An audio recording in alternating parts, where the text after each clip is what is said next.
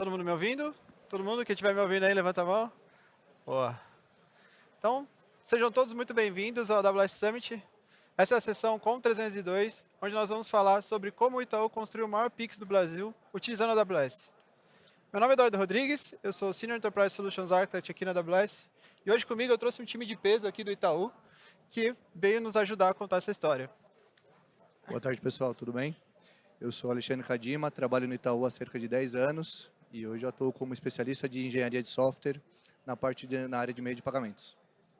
Fala pessoal, boa tarde. Rodrigo Pedroso, sou gerente de engenharia de TI também lá no Itaú, atuo na área de pagamentos e estou com 8 anos de banco. Beleza. Bem, hoje, então, a gente vai começar falando sobre o conceito de hiperescala. Porque como que o Itaú consegue processar tantos Pix por dia, tendo uma arquitetura que consiga escalar conforme eles precisam dessa demanda. Então, depois que eu falar desses conceitos de hiperescala, eu vou falar sobre as melhores práticas e patterns de design para vocês implementarem arquiteturas que possam suportar esse tanto de requisições. Por fim, o Itaú vai contar como eles utilizaram as melhores práticas para poder construir uma arquitetura que fosse capaz de suportar mais de 20 milhões de transações Pix por dia. Então, o que é a hiperescala? Bom, hiperescala é a capacidade que as arquiteturas têm de escalar continuamente à medida que a demanda é adicionada ao sistema. Então, a gente está falando aqui de aplicações que possuem centenas ou milhares de requisições aqui por segundo.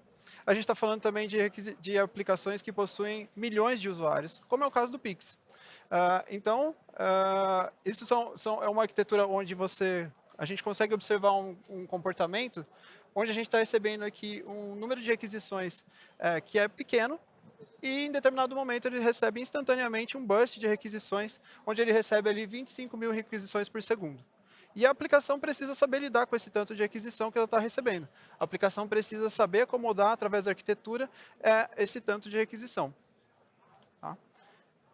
Então, para a gente começar, como que a gente vê uma arquitetura de aplicações modernas hoje aqui na AWS? A gente vai começar com uma arquitetura inicial, onde eu tenho aqui um cliente que está acessando uma aplicação estática armazenada num bucket S3. Esse bucket S3 está sendo exposto através de uma distribuição do CloudFront. Comumente a gente utiliza frameworks JavaScript modernos, como Angular, React, Vue, Next, para fazer a camada de acesso ao front-end. Nós temos também uma camada de exposição dos serviços de negócio, dos serviços de back-end, através do API Gateway. O API Gateway, por sua vez, está expondo serviços de negócio através de funções Lambda. Temos nossa camada de repositório, que está utilizando uma base de dados relacional ou uma base de dados NoSQL, aqui utilizando a Aurora e o DynamoDB. E nós também temos função Lambda, que tem por função fazer a notificação do sistema. Ela está utilizando o SNS e está utilizando o SES, também tem integração normal. Então, essa é a nossa arquitetura inicial que a gente vai trabalhar. Para começar, então, quais são as boas práticas de hiperescala? A primeira coisa é entender profundamente como que os seus serviços e recursos escalam na AWS. Olhando lá, então, para a nossa arquitetura, a gente tem o API Gateway. Como é que ele funciona? Como é que ele escala? Bem, os limites do API Gateway. O API Gateway, primeiro, ele é um API Gateway serverless. Ele tem uma arquitetura multi-tenant. Ele tem uma escalabilidade de 0 a centenas de milhares de requisições por segundo, sem você precisar avisar e sem você ter nenhum tipo de limite de burst. O throughput padrão dele é um throughput de 10 mil requisições por segundo. E isso é um soft limit. Vocês podem pedir alteração de limite se vocês precisarem. Vocês precisam fazer um teste de carga, solicitar um aumento de limite. Mas o importante aqui é a gente entender qual que é o timeout máximo dessa integração. Porque isso vai fazer muita diferença quando você está fazendo integrações com serviços externos. Então, a gente tem aqui em API REST, a gente tem 29 segundos de integração, e a gente tem para APIs HTTP 30 segundos de integração. E esse é um hard limit.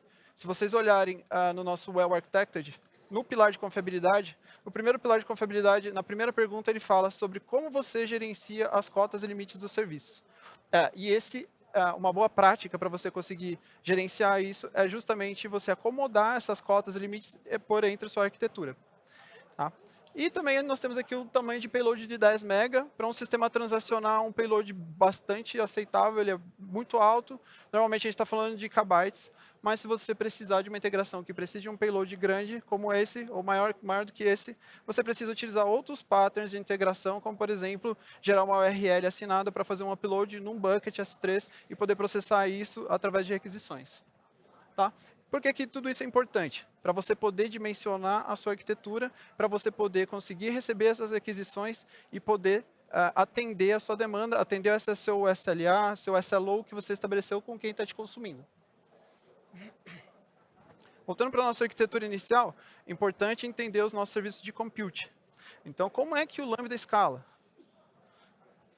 Bom, primeira coisa, todo mundo sabe como é que funciona a concorrência do Lambda? Levanta a mão quem sabe, por gentileza. Legal. Então, o serviço do Lambda, ele provisiona contextos para poder receber essas requisições. Quando você faz uma requisição para uma função, o serviço do Lambda provisiona um contexto e cada contexto só pode atender uma requisição por vez. Então, mesmo se a gente está falando de batch, o tipo de integração, se ela é síncrona ou assíncrona, se ela é através de pool, não importa, ele só pode atender uma requisição por vez. Tá? Então, quando você gera uma nova solicitação simultânea, quando a gente está falando de mais de um TPS, mais de um RPS, ele vai criar um novo contexto para receber essa solicitação. Tá? Então, funciona da seguinte maneira. A primeira requisição que ele recebe, ele vai ter esse tempo de provisionamento do runtime. Então, na primeira requisição, como vocês podem ver, ele tem aqui o que a gente chama de cold start. É o tempo que ele demora para deixar o seu runtime pronto, fazer o download do seu código, interpretar o seu código, deixar o runtime pronto para atender essa requisição. Quando essa requisição está acontecendo, esse contexto de execução ele fica bloqueado por todo esse tempo. Então, é o tempo útil da requisição, o cold start mais o processamento, e ele também tem esse tempo que fica totalmente bloqueado. Num segundo momento, nós recebemos ali 2, 3 requisições ao mesmo tempo. Não tenho mais contextos criados para atender essa requisição. O serviço do Lambda vai criar novos contextos para atender. Então, nós temos aqui já 3 contextos criados e 3 requisições sendo processadas nesse momento. Quando chegar a quarta e a quinta requisição, mesma coisa. Só que dessa vez, se atentem aqui, que essa requisição já terminou. Então, ele liberou esse contexto. Esse contexto ele já é um contexto que a gente considera que ele está pré-aquecido, porque ele já fez o download do seu código, já fez o bootstrap do runtime, então ele já está pronto para atender uma nova requisição. Ele fica um contexto ativo de 5 a 15 minutos, e se ele tiver uma nova requisição, em vez de eu criar um novo contexto, ele reaproveita esse contexto e vai atender essa requisição através dele. A gente pode ver que quando chega essa sexta requisição, ele vai atender através do contexto 1 que foi criado, que é o mesmo contexto que atendeu a requisição 1. Tá? Dessa vez, a gente não tem aqui o cold start, porque a AWS já fez o provisionamento. E aí vai seguindo. O segundo contexto foi liberado, ele atendeu a 7ª requisição, o terceiro contexto foi liberado, atendeu a 8ª requisição. Quando chegou na 9ª requisição, veja aqui que ele não tinha mais contextos liberados, porque esses ainda estavam processando requisições.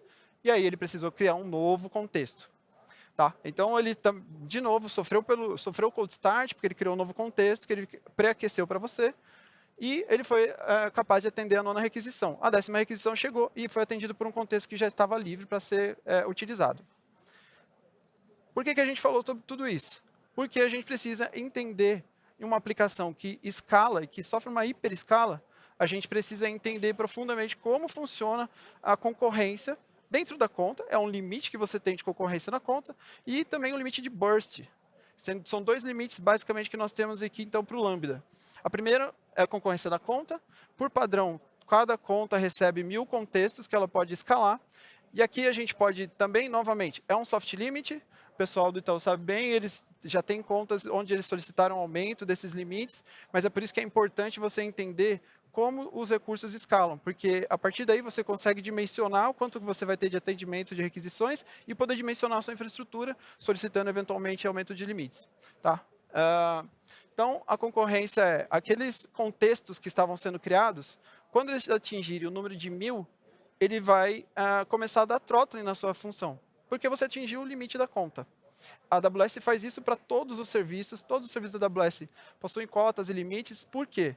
Porque isso é muito importante para que vocês consigam atender o SLA de vocês quando vocês estabeleceram quem são seus consumidores.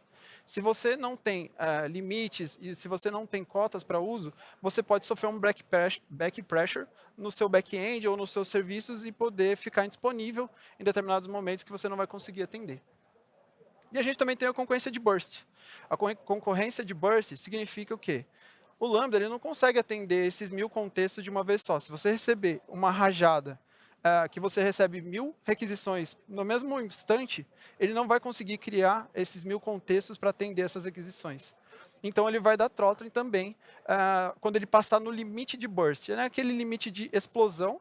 Quando você recebe a primeira rajada, ele vai escalar ali. Nós temos alguns limites variando por região. Na verdade, na região de Virgínia, nós temos o limite de 3.000. Então, ele consegue atender esses 1000, digamos assim, que é o limite da conta padrão.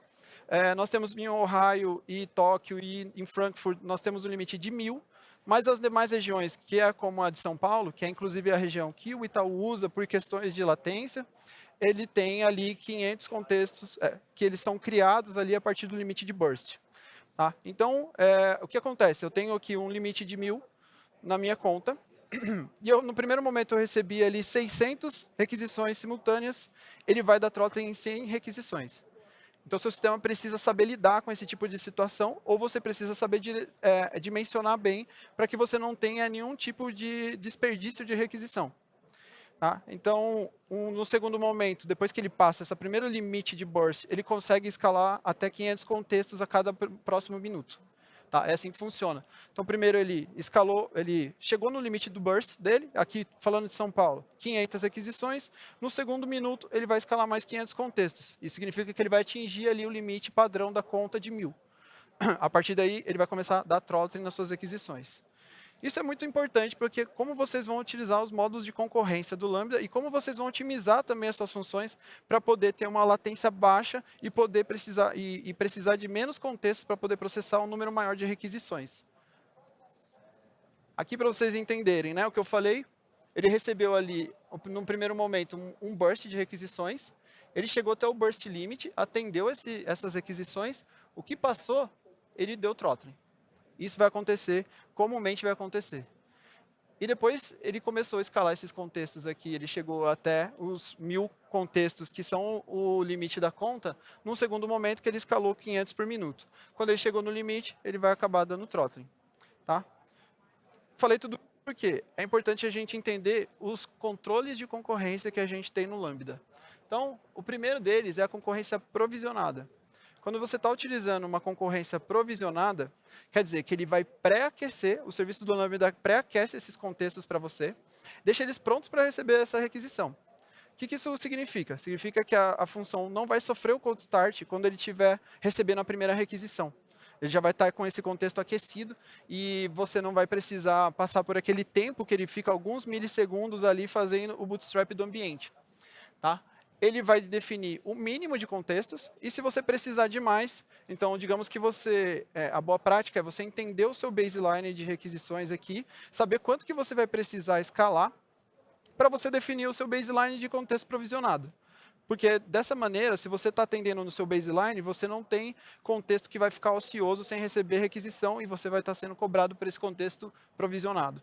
Tá? Então, a dica é, baseline você utiliza os contextos provisionados para que você não sofra por cold start. E, se ele precisar, ele vai escalar utilizando a concorrência normal do Lambda, que vai chegar ali no burst limit, que vai atingir os 500 contextos por minuto depois que ele começar a escalar. Tá?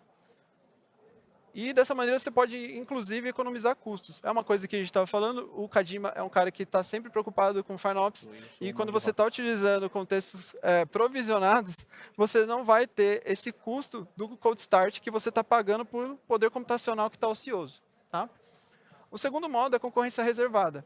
Isso é muito importante aqui na nossa arquitetura, que pode receber uma hiperescala. Por quê? Porque se você está utilizando uma concorrência reservada, ele vai reservar esse número de contextos para você, então o Lambda ele vai escalar até o número que você definiu da reserva desses contextos. Isso significa o quê? Que o meu Lambda não vai sair escalando indiscriminadamente se eu receber um burst de tráfego. ele vai começar, ele vai escalar até esse limite, e passando desse limite, ele vai dar throttling ali nas funções. Dessa maneira, você consegue cadenciar o número de requisições que você está recebendo, você mantém a sua taxa de requisições ali numa média, e você passa a atender de maneira que você não tenha um ponto de falha no seu sistema e acabe com os recursos que você tem ali na sua conta. Isso é importante, combinado com o uso de um SQS, por exemplo, de você utilizar uma fila, onde você vai ter um buffer de mensagens. Se você está usando concorrência provisionada, o que você vai ter é um aumento dessa fila e o Lambda vai conseguir consumir ali baseado na concorrência reservada. Ele não vai ficar indiscriminadamente escalando. Tá? Também entender a escala do puller do SQS. Todo mundo aqui usa SQS, sabe como é que funciona o puller do SQS? Beleza. O SQS, o serviço do Lambda também, ele provisiona um outro componente, que é o puller, que ele que vai lá e vai na fila buscar se tem mensagens novas e vai consumir para fazer invocação de uma função Lambda. Tá? Então, se você tem uma fila, ele também vai ter ali os seus limites de escala. Ele começa com 5 invocações concorrentes ali do puller para poder buscar na fila. Ele escala no próximo minuto para 60 invocações adicionais. E ele pode ter ali até 1000 batches ou invocações dessa fila concorrentes, no máximo. Então, para vocês entenderem, quando eu ajusto aqui, eu estou utilizando técnica de batching, né, pegando ali um conjunto de mensagens. Quando eu ajusto o batching para 10, ele pode processar ali com 1000 requisições simultâneas, ele vai processar 10.000 mensagens por minuto. Isso, de novo, é importante quando você sabe que você vai ter uma aplicação que pode sofrer um burst de tráfego muito elevado. Tá? E, importante aqui, a chave disso tudo aqui é você controlar o tamanho do seu batch size. Então, você configurar batch sizes adequados para poder consumir essa fila e também controlar o tamanho do long pooling. Long pooling é aquele tempo que você configura na sua fila para ele consumir, e ele vai ficar lá esperando novas mensagens que vão chegar lá até dar o tamanho do batch size para voltar e invocar o Lambda. Então, você fazendo fine tuning desses dois atributos da fila, você consegue consumir mais mensagens, aumentar o seu throughput e conseguir atender mais requisições por segundo. Tá. Então, a gente já entendeu aqui como que escala os nossos recursos, como que a gente está utilizando. A próxima boa prática é otimizar as funções Lambda. Então, primeira coisa, concorrência do Lambda. Acabei de falar, a gente sabe agora como é que funciona, a gente já sabe como que ele escala, como é que eu uso concorrência reservada, provisionada. E aqui um exemplo para vocês, para a gente entender quantas requisições eu vou conseguir atender por segundo. Então, se eu tiver 10.000 requisições por segundo e a minha função ela demora 1 segundo para executar, isso significa que por segundo eu vou precisar de 10.000 contextos para poder processar essas funções. Todas essas requisições que estão chegando. E aí a gente começou a otimizar. Vou otimizar minha função aqui e vou deixar ela rodando com 500 milissegundos. Eu vou precisar de 5.000 contextos concorrentes para ele poder processar essas requisições. E se eu otimizar ainda mais, vou precisar de 1.000 contextos se eu processar minha função em 100 milissegundos. Se eu conseguir otimizar ao passo que ele chega a 10 milissegundos, eu vou precisar de 100 contextos concorrentes. Então, perceba que ele é 10% do limite da minha conta se eu otimizar. O que eu quero dizer com isso? Todo milissegundo conta. Todo milissegundo conta. Então, otimize suas funções ao máximo, aproveite o máximo do poder computacional do Lambda para que você possa aumentar o seu throughput, aumentar o seu limite. Tá? A gente sabe que longas funções elas vão demandar mais contextos e, de novo, Kadima vai gastar mais. Porque você vai precisar de mais contextos, você é cobrado por milissegundo de execução do Lambda e ele vai ficar mais caro. Uma coisa que é uma dica é identificar cold starts nos Lambda. Tá? Vocês podem usar o Logs Insights para fazer uma query como essa e ele vai te dar ali quantas funções receberam cold start. Para que isso é importante? Quando eu estou executando as minhas funções, eu vou ter, estou na minha jornada de otimização, eu vou escolher as funções que estão tendo mais cold starts e eu posso adicionar contextos provisionados nelas, que você não vai ter esse cold start, ele vai ter aquele warm, vai aquecer para você o contexto e você não vai ter essa função recebendo esse cold start. Tá? Então, é importante você buscar ver quais são os top que mais recebem cold start, que estão sendo mais demandados. O tempo do cold start é muito importante. A gente tem ali, não é determinístico, mas via de regra, funções que são interpretadas, ela tem um cold start menor, funções compiladas acabam tendo um cold start um pouco maior. Tá? E outra coisa que influencia bastante são as dependências que vocês estão utilizando, tamanho do seu pacote do código. Quanto mais otimizado, menor seu pacote, só vai utilizar dependências que você realmente vai utilizar, menor vai ficar a sua função. Então, melhores práticas para otimização de cold start, para a gente deixar a nossa função mais limpa possível e deixar ela performática. Primeira coisa, evitar funções monolíticas. Lembra lá do Solid? O princípio de responsabilidade única, então a gente aplica aqui, a gente utiliza funções com a responsabilidade única e a gente vai diminuir o tamanho do pacote de deploy.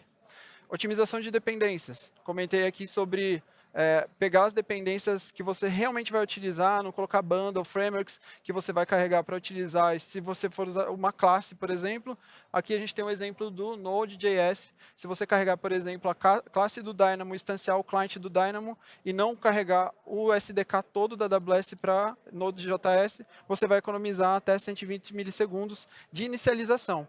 Isso conta lá no cold start também. Tá? Isso vocês... É o tempo que você está pagando por um poder computacional que está ocioso, porque vocês estão fazendo o bootstrap do seu ambiente. Tá? Reutilização de conexões. A gente tem o Keep Alive. No SDK da AWS você pode configurar o Keep Alive. É uma boa prática que você utilize. Então, configure o Keep Alive. Minificar a função. Naturalmente, você vai removendo os espaços ali. Você tendo um pacote minificado, vai ficar menor. O tamanho do download do código que ele vai precisar baixar quando estiver fazendo o bootstrap da função é menor. Então, por consequência, afeta o cold start também. Inicialização com lazy load de bibliotecas. Se você não precisa utilizar no render, não precisa utilizar em breve a biblioteca, faça o lazy load dela, carregue somente quando você for utilizar. A gente está falando aqui de lambdas com múltiplas funções, está um pouco contradizendo o que a gente estava falando, mas se tiver a necessidade de ter um handler que faça mais de uma coisa, inicialize as bibliotecas com lazy load. Tá? E usar a concorrência provisionada. Você não vai ter o cold start. Claro que você precisa fazer o fine tuning de concorrência provisionada, porque você pode ficar com contextos provisionados e ociosos.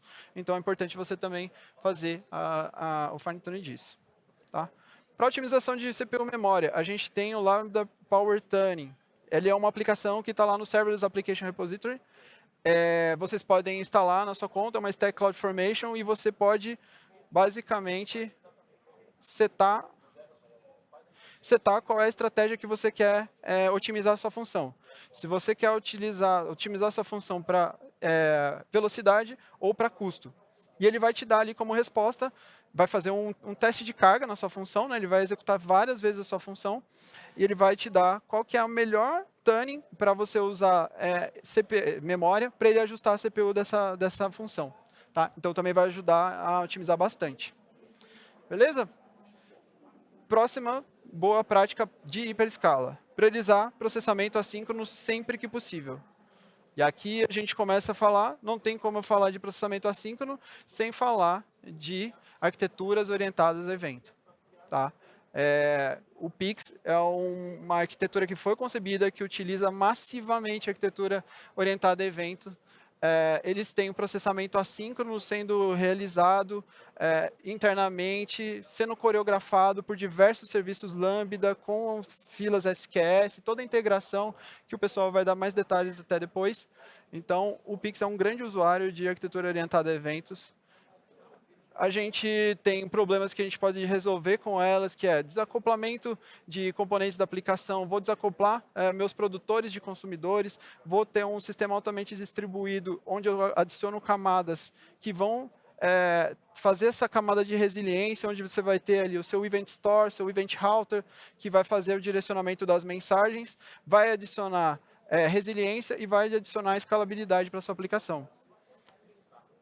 E, sem falar que dentro do modelo Will Build You Run It, vocês vão ter menos overhead operacional. Então, quando você está adotando um modelo onde você desenvolve e você também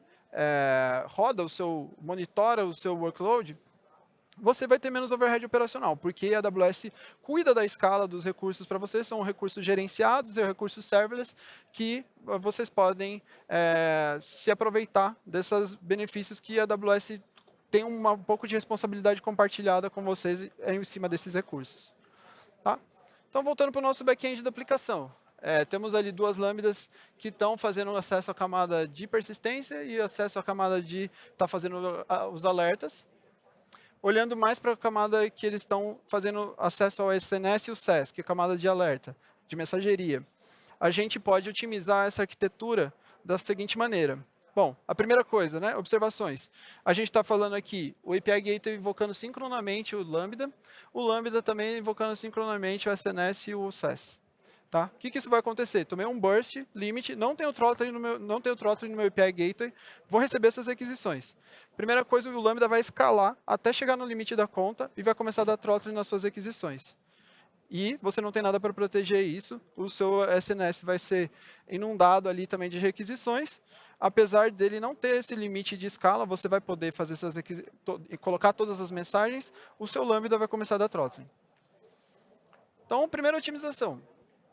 A gente adicionou aqui duas filas para poder receber essas requisições.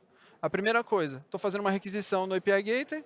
O API Gateway tem um dispatcher, que ele vai colocar mensagens na fila do SQS para ser consumido por um outro handler, que vai ser um Lambda, que vai acessar o SNS.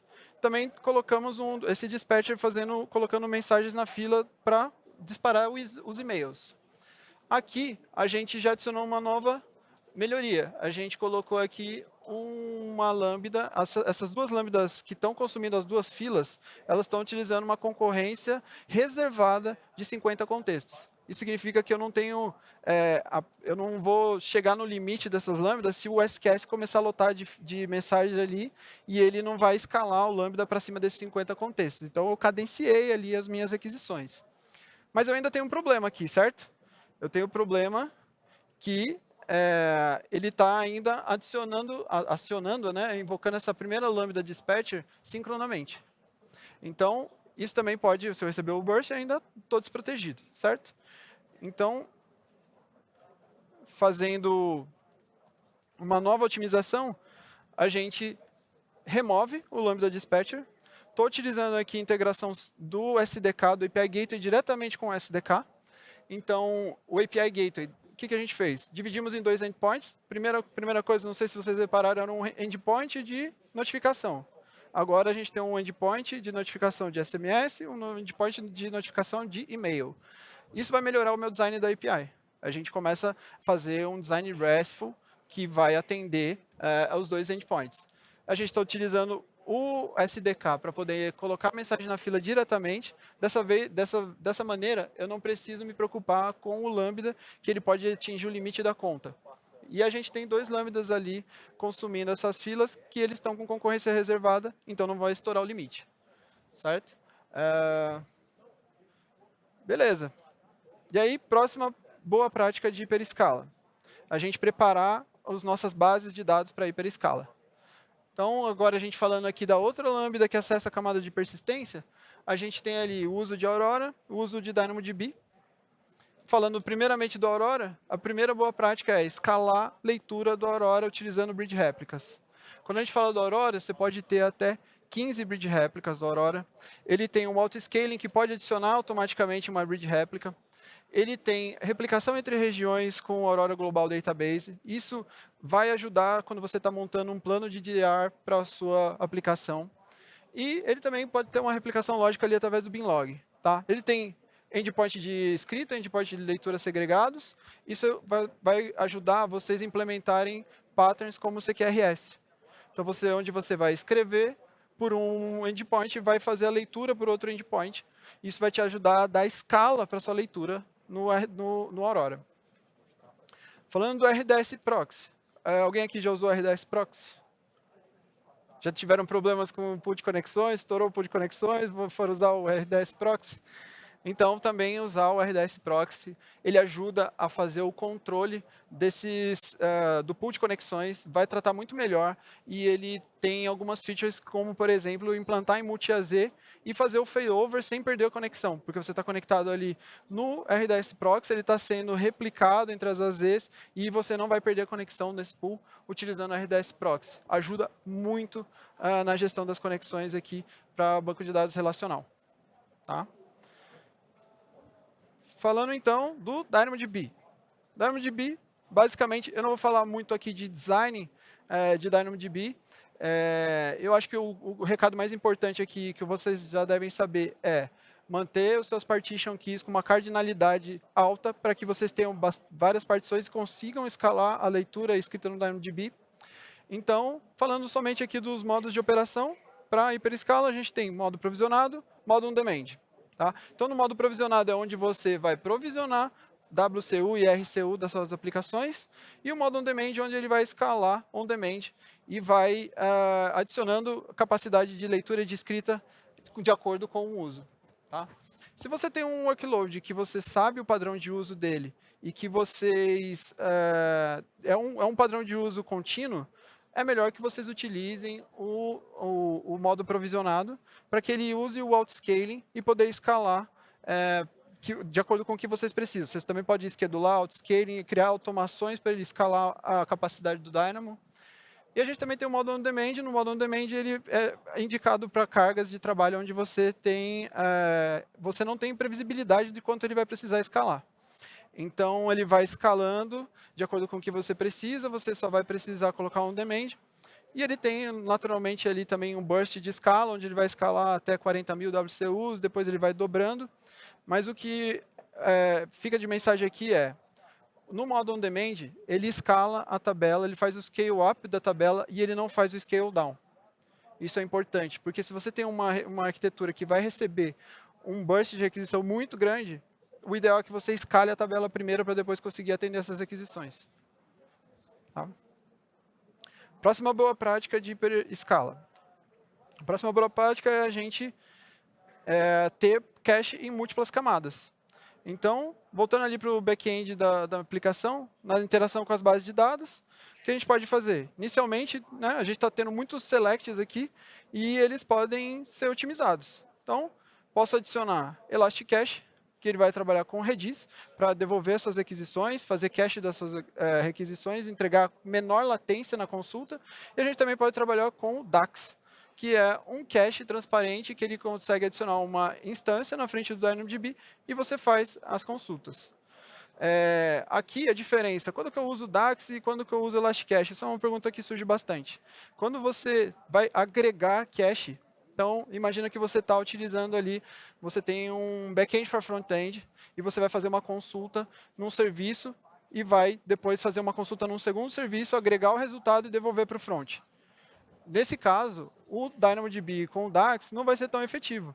É melhor que você agregue essas respostas, coloque num Elasticache e depois você vai devolver para o front-end. Então, sem precisar agregar, não está utilizando o DynamoDB, obviamente, utilize cache com Elasticache, mas se você precisar agregar, utilize Elasticache em vez do DAX. Tá?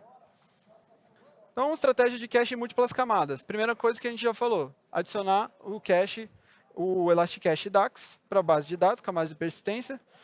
Utilizar o cache de contexto de Lambda. Quando o Lambda reaproveita o contexto, ele usa o cache do contexto anterior, da requisição anterior, para poder atender a nova requisição. Então, por que é aquela boa prática que a gente sempre fala de tire todas as inicializações de variáveis SDK fora do seu handler, para que depois, quando você instanciar você vai estar com o contexto aquecido, recebendo uma requisição, você consegue reaproveitar esse cache, ele vai ser mais rápido a execução. Tá?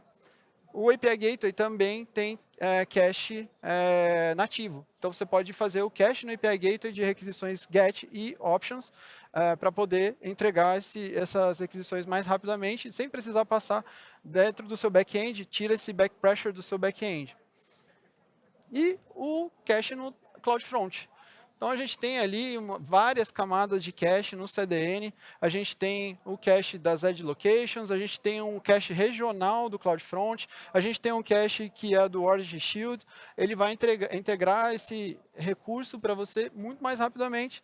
E a lição aqui é, o armazenamento do cache mais próximo do usuário vai ser mais efetivo, que é onde você está entregando o conteúdo de fato. Evidente que vocês precisam pensar numa estratégia de invalidação de cache e configurar TTLs que sejam adequados para esse cache também. Senão, você pode ter algum tipo de resposta ali que não condiz com o estado atual da sua entidade no banco de dados. Próxima boa prática de hiperescala, realizar testes de carga end-to-end. Tá? Então, voltando para a nossa arquitetura inicial, a gente testando aqui, usando um framework de testes, a gente vai utilizando, por exemplo, o JMeter, fazendo requisições para o nosso back-end, para entender o quanto que ele consegue escalar, para entender o quanto que ele vai conseguir chegar de requisições, quanto que eu preciso dimensionar e acomodar limites por entre a minha arquitetura. Então, uma ferramenta que ajuda bastante a identificar gargalos de performance para fazer otimizações é o X-Ray. Ele é uma ferramenta de tracing que oferece ali logs, o tracing de todos monta esse service map da sua requisição para vocês e você consegue identificar ali onde tem serviços que estão com latência maior, que estão recebendo mais throttling, que estão recebendo mais erros. Tá? Então é importante entender também e monitorar isso. Métricas que vocês deveriam estar monitorando no Lambda para procurar gargalos de performance. Métrica de erro, saber quantos erros está dando, quem está tomando throttling, ajustar as capacidades de contexto provisionado e reservado, a métrica de execuções concorrentes e também a métrica de execuções concorrentes provisionadas. Então, é importante entender todas essas métricas, até para você estabelecer um error budget, para você conseguir ajustar as funções que estão menos performáticas e assim por diante.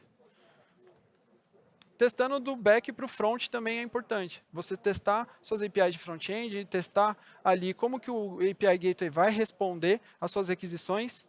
Tá? E é importante monitorar essas métricas. Métricas de erros de 4xx, que são erros de client. Monitorar métricas de erros do servidor. Monitorar métricas de latência e monitorar métricas de latência da integração. Porque se o seu sistema estiver sofrendo uma alta demanda e não está conseguindo atender essas requisições no back-end, a integração, a sua integration latency vai ser muito alta. Então é ali onde vocês podem ajustar, adicionar técnicas, como eu já falei, de cache, fazer otimizações nas funções ou nas tasks que estão rodando e assim por diante. Por fim, técnicas de error handling e retry.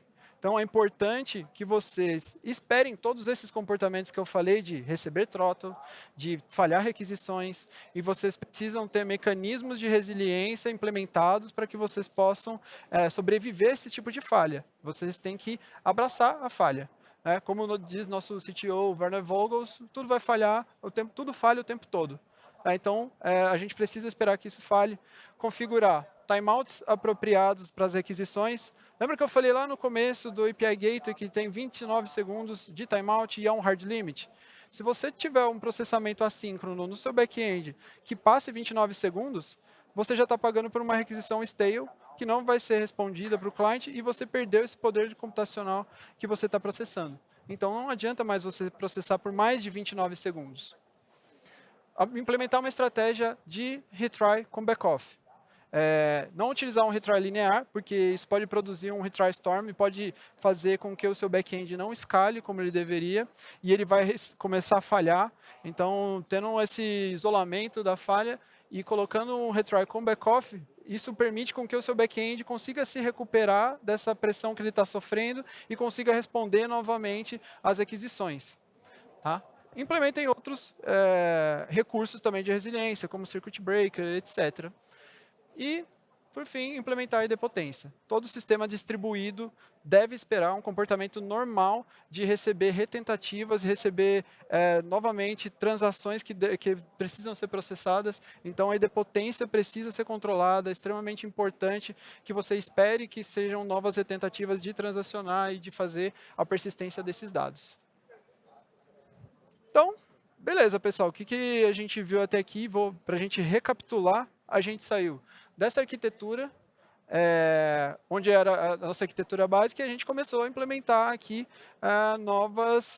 implementar melhorias visando aqui uma hiperescala, atender todas essas requisições. Primeira coisa, então, a gente entendendo aqui quais eram a escala dos meus recursos de computação, recursos que estão atendendo aqui minha camada de exposição, eu consigo fazer ajustes, estabelecer meus SLAs, meus SLOs, meus SLIs com quem está me consumindo. Desacoplando o processamento desacoplando com o processamento assíncrono, utilizando uma arquitetura orientada a eventos, a gente adicionou aqui, então, integração direta com as filas, a gente também adicionou lambdas que vão fazer o processamento dessas filas, e a gente também adicionou a integração com os dois serviços, utilizando concorrência reservada aqui do lambda para não atingir o limite da conta. Preparamos também a nossa base de dados para hiperescala. Adicionamos bridge réplicas, adicionamos a concorrência do Dynamo para o on-demand, e depois a gente também adicionou cache em todas as camadas que a gente podia. Então, colocamos cache no Elasticache, estamos utilizando DEX, estamos utilizando o cache do contexto do Lambda, estamos utilizando o cache do API Gateway e do CloudFront. Tá? Isso otimiza demais a arquitetura e vai fazer com que você gaste menos recursos do back-end. A melhor prática, fazer testes de carga no seu ambiente, para você entender, procurar por gargalos de performance, fazer as otimizações necessárias, entender o quanto você consegue atender de requisições. E, por fim, a nossa arquitetura ficou assim. A gente desacoplou ali todo o consumo da mensageria, a gente adicionou novos contextos reservados do Lambda, temos cache, temos read réplicas para escalar a leitura, e agora a gente consegue atender muito mais requisições e estamos, sim, finalmente preparados para uma hiperescala. Beleza?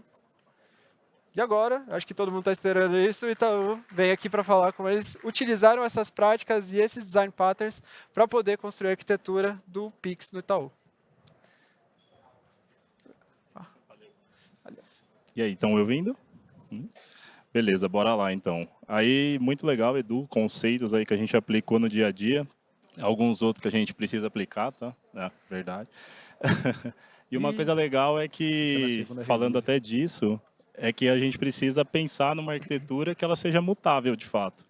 E a gente está muito aberto a isso dentro do banco. Então, rolam muitas discussões de, pô, isso não ficou legal, volta, faz uma POC, tenta de novo. E a gente sempre está melhorando e cuidando do produto Pix lá dentro. Trazendo um pouco de contexto, falando um pouco de história aí do que foi o Pix, né? A gente não tinha uma baseline para o que a gente construiu, a gente não sabia o volume que a gente podia esperar ali no transacional, mas a gente sabe que o Itaú tem mais de 60 milhões de clientes. Então, a gente tinha uma ideia de que poderia vir uma pancada nesse produto, apesar de não ter um baseline, negócios não estar ali consciente de quantos clientes iam usar, o lançamento foi massivo, a gente vai passar números aqui para frente de quanto a gente precisou trabalhar com essa arquitetura que o Edu mostrou para atender de fato a demanda. Passando um pouco de como funciona, dando ali uma passada rápida, tá? Aqui é um fluxo de transação padrão, então uma coisa legal de você notar aqui é que o Banco Central ele ficou como figura central dentro dessa transação e ele tirou todos os intermediadores do meio. Então o Banco Central é o único que fica fazendo interface entre os bancos para uma transação de Pix acontecer. Então, dando de exemplo aqui, eu estou ali no meu mobile, vou fazer uma transação de Pix, eu digito uma chave, eu digito o celular do Edu. Bato no nosso Dynamo para ver se essa chave consta como um cliente do Itaú ou indireto nosso, daqui a pouco eu explico o que seria. Desculpe que não, o Edu ainda não tem conta no Itaú, não. É só para fim de exemplo. Tá?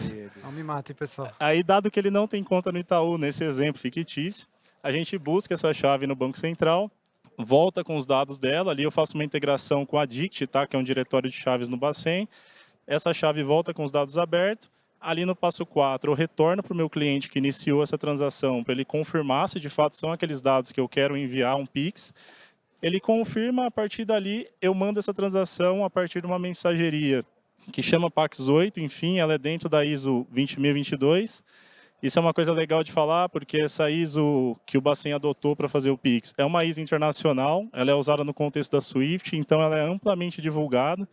e tem mais de 70 países que usam essa ISO para fazer transação financeira. Então, é interessante porque podem ter novos produtos que surgem a partir daí. Ela já é bem conhecida. Então, a transação foi até o Banco Central.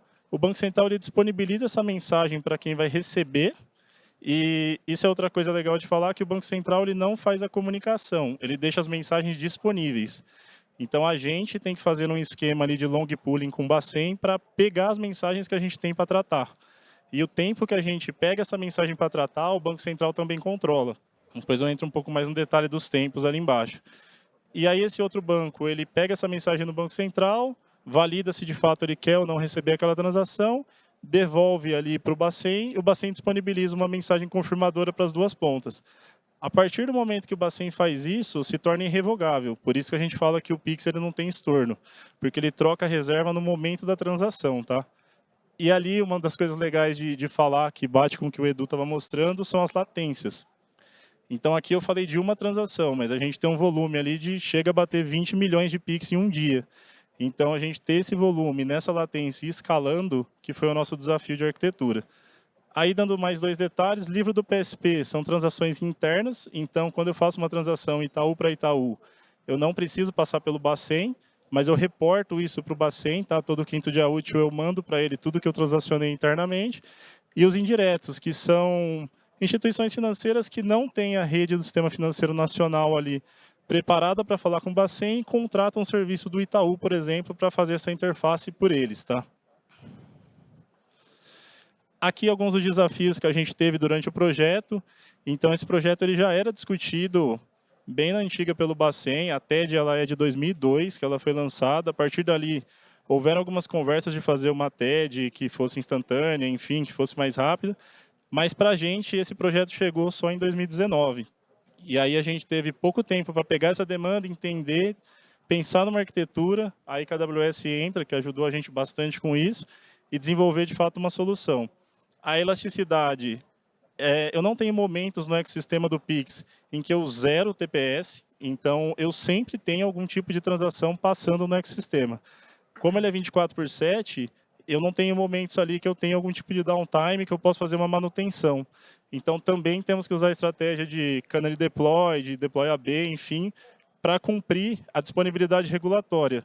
O Bacen ele nos cobra uma disponibilidade mensal de 99,5 desse sistema. A gente até agora, né, espero que continue assim, a gente mantém essa disponibilidade acima de 99,7, desde que ele começou a aferir. E os SLAs, ele controla os SLAs de cada transação.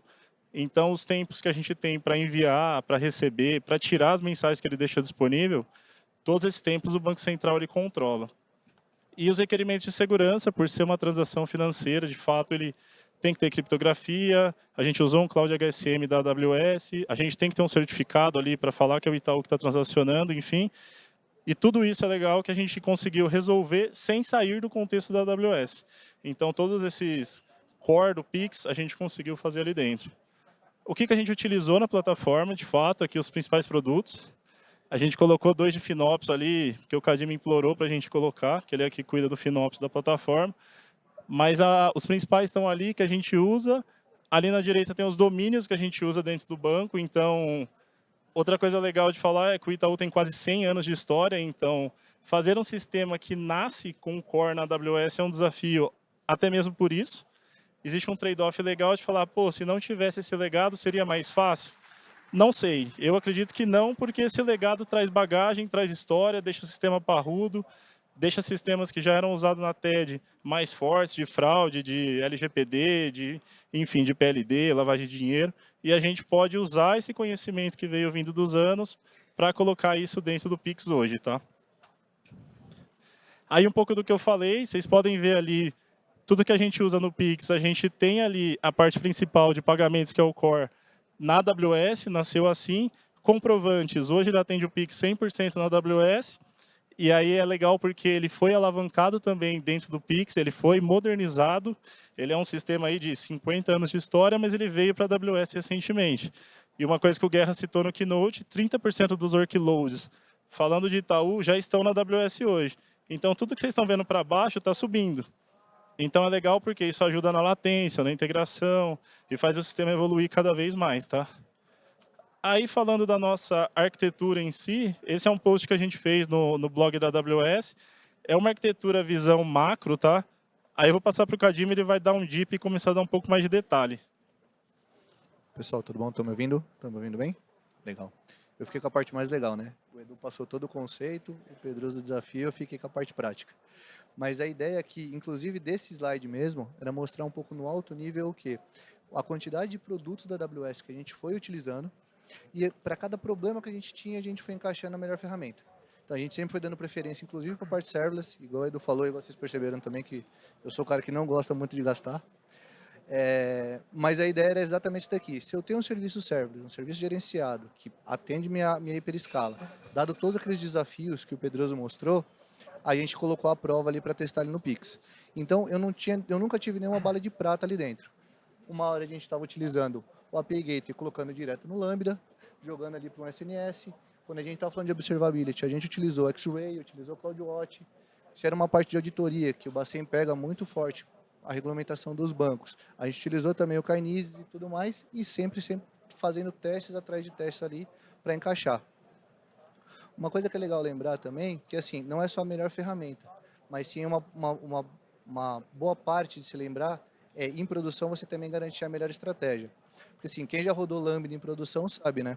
O Lambda tem uma parte boa e uma parte um pouco perigosa, né, Edu? A parte boa é que ele roda bem. A parte perigosa é que ele roda muito bem. Então, se você configurar errado, se for alguma coisa que o sistema não está pensando, se for alguma coisa anormal, a probabilidade de você conseguir consumir toda a cota da sua conta é muito alta. E isso, num sistema que tem tantas integrações e tantos serviços de negócio como o Pix, acaba ficando perigoso. Então, uma das coisas que a gente utilizou ali em produção foi a parte da concorrência de lambdas. Tá? O Edu conceitou ali e a gente utiliza muito fortemente. Ou seja, para cada pedacinho do Pix ali, uma simulação, um recebimento de Pix, uma consulta de chave, eu não dou a cota inteira da conta para ele. Eu dou só um pedaço daquela cota que, em caso de anormalidade do sistema ou qualquer outra coisa que a gente não está prevendo, aquele problema vai ser autocontido. Então, a gente pegou, inclusive, aqui uma das ocorrências que a gente teve em produção, onde eu tinha uma lambda aqui com 500 concorrências reservadas, apesar da minha cota estar com 5.000, a gente já solicitou 2 vezes esse aumento de limite, e se ela deu algum problema, eu vou estourar o throttle dela, mas a quantidade de invocações, e inclusive a quantidade de execuções concorrentes, ela não vai ser afetada, e o meu sistema como um todo, ele ainda continua resiliente. Tá? Então, por causa disso, se algum dia a gente tiver problema numa simulação de Pix, quem está recebendo o Pix ali do Itaú não é afetado. Isso aqui foi uma coisa bem legal que a gente acabou utilizando em produção. Acho que um outro ponto ali que a gente aplicou na prática dos conceitos que o Edu falou foi a questão de utilização do Fanout com SNS. E aqui utilizando inclusive também o Dynamo como Event Store. Então, nesse caso aqui, cada Pix que a gente faz ou recebe, ele gera em média 15 eventos, tá? Dado todas aquelas integrações que o Pedroso comentou. Com isso, é uma quantidade massiva de dados que a gente precisa tratar ou que a gente precisa repassar para alguns sistemas integrados que a gente tem. Então, o que a gente utilizou aqui? A gente utiliza o Dynamo como Event Store, e eu plugo um Dynamo Strings aqui dentro, eu vou ter a minha execução de lambdas aqui, processando todos esses eventos, e ali eu já faço algum filtro, e dali eu passo para um SNS. Esse SNS também ele tem algumas subscriptions que a gente coloca ali, e conforme for aquele evento que eu lancei, ele vai dar um direcionamento. Então eu posso, de uma maneira simples aqui, chegou um evento, eu jogo para o cliente poder consultar o Pix dele, se ele foi um Pix recebido e tudo mais, na tela do mobile, na tela do Bankline, ou inclusive mandar para fazer um contábil, receber um push notification, qualquer que seja o outro caso. Tá? E se amanhã ou depois a gente precisar evoluir e colocar mais uma integração, eu não mexo no meu sistema e eu não trago back pressure para o meu transacional. Eu simplesmente plugo aqui, e aqui eu vou demandar a nova integração. Tá?